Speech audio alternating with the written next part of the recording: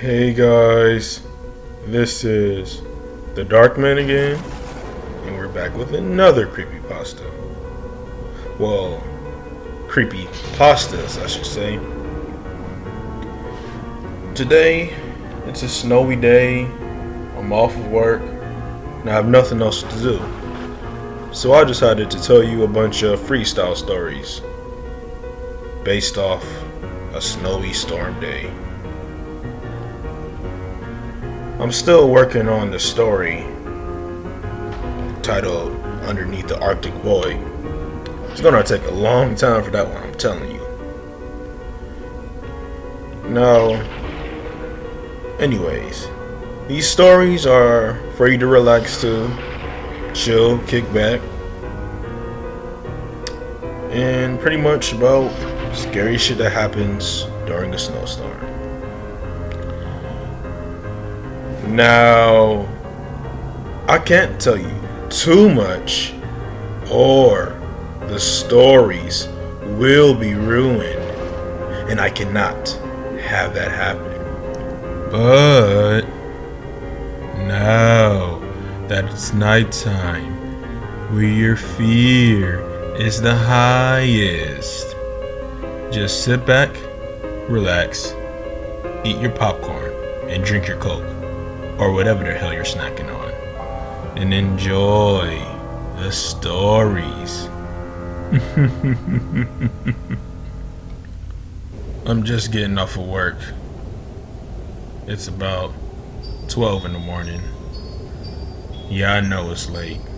It's because I work at Five Guys, and we get so busy on Saturday nights. Anyways, I'm tired as hell, and I was driving home. There's no one on the freeway right now. I'm not even surprised. The roads are shitty, and it's a fucking terrible snowstorm right now. I live about 15 minutes from home, but since it's a shitty day right now, it'll take about an hour or so to get back. As I drove, I noticed my gas light came on pretty much halfway through. I prayed to God that I could at least make it to my parking lot so I could just go to bed and get gas in the morning. When I was only 1,000 feet from my apartment, the car shut off on me. This pissed me off so much, because I had to walk through all this snow, even though it wasn't that much. I got out of my car and walked through that terrible snow as the wind brushed against my face. When I finally got to my apartment's door, I unlocked it, went inside, and looked for my phone charger since my phone was dead. I finally found my charger on the table, but reached in my pocket and realized I forgot my phone in a fucking car. Brilliant. How much of an idiot can I be right now? I walked all the way back outside to get my phone so I could call AAA to tow my car all the way back to where I am. I know it sounds like it's too much, but I really didn't give a fuck. I was tired, and I needed my car to be in the parking lot so it wouldn't get fined or something. When I got to my car, or when I was near my car, I realized all my doors were open. That's strange, because I remember locking them when I left the car. I looked inside, and nothing was stolen. I picked up my phone and shut all the car doors. And just then, I heard the sound of snow crunching coming from the woods near the road. I looked up fast and saw a dark figure heading towards me.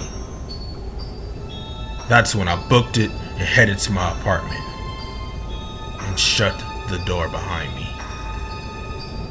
I heard my breath and my heart beating at the same time. After a half hour, I calmed down and relaxed. I hit up AAA and told them my car was towed in the snow a few feet away from my apartment. They said they'd be there within an hour or two, since it was bad weather out that night. I told them okay and kicked back and relaxed and watched some TV. 20 minutes into watching TV, I dozed off. I was awoken by my phone's ringing. I didn't notice the number, so I thought it was AAA.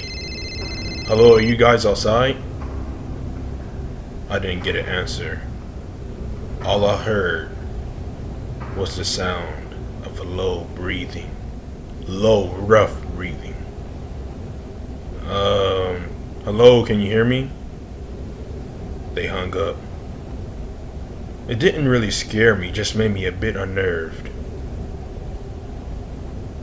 I just went back to sleep. I was awoken again 20 minutes later by the same number. Hello?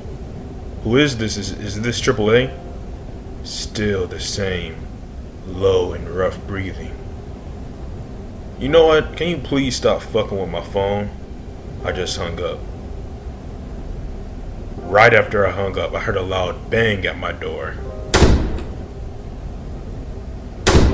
This startled me. It made me jump off my couch. I went to the door and looked through the eye hole. All I saw was a tall man with a ski mask on. I ran to my room and locked everything up. He just kept jiggling the doorknob trying to get in, which he eventually did. I heard the sounds of loud footsteps echoing throughout my apartment. He eventually got to my door and started jiggling the doorknob trying to get in. It's a good thing I have a lock on that door, but I'll soon know he'll get in here. My phone is in the living room. I forgot it in there like an idiot again. The only way you'll know about me is because I'm typing on my laptop.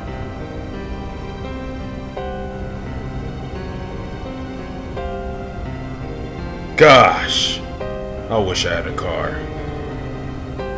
I just got out of a party about 3 blocks from my apartment.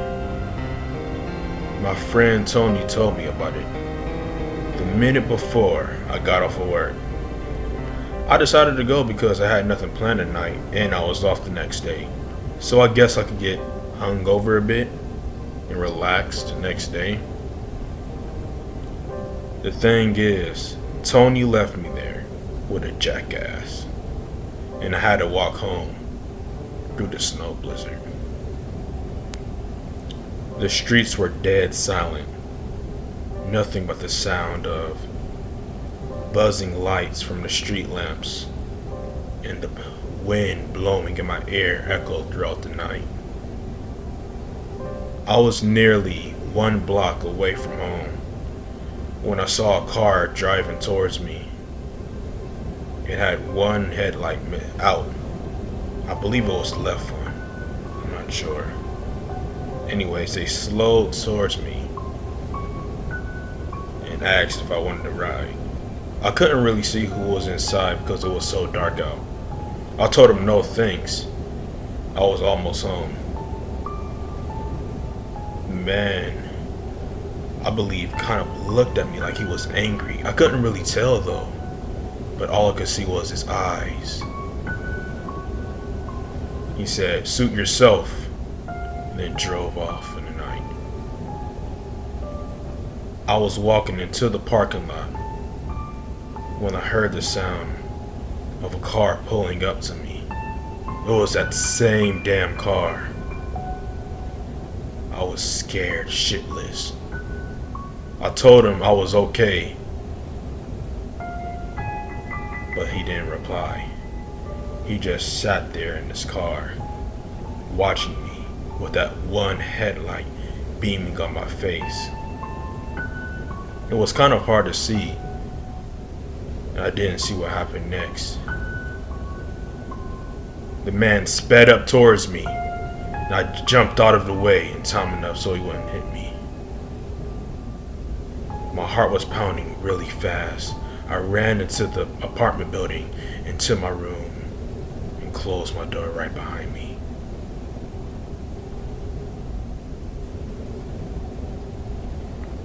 Everyone who was close to me knows I'm a reliable person.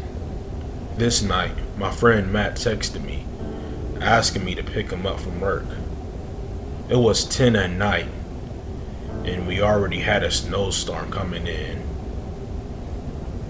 I texted him back, yeah, of course.